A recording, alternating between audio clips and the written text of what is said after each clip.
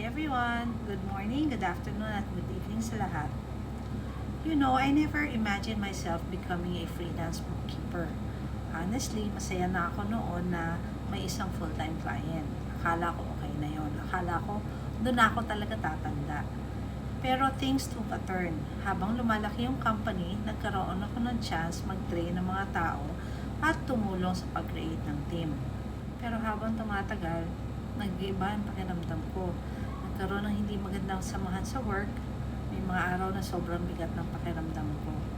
Ilang beses din akong umiyak at nagtanong kay Papa God kung ano ba talaga ang plan niya for me. So I prayed, and little by little, God started opening new doors. I learned about freelancing. I joined a community. Doon ko natutunan na posible palang magkaroon ng multiple clients at hindi lang umasa sa isang source of income. Hindi naging madali sa umpisa. Maraming learning curve, maraming pagkakamali, maraming moments na gusto ko na lang bumalik sa comfort zone ko.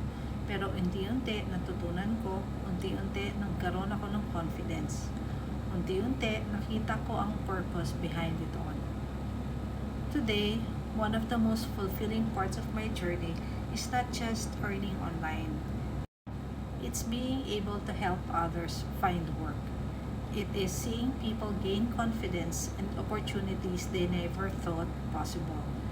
It's being able to support ministries and help where help is needed. Now, looking back, I realized something. What I thought was a setback was actually God redirecting me. What I thought was the end of one chapter was actually the beginning of another. So if you're going through a difficult season right now, don't lose hope. Minsan, yung closed door na kinalulungkot natin, yun pala ang paraan ni Papa God para dalhin tayo sa mas magandang direksyon. Trust the process, trust His timing. Kaya natin to.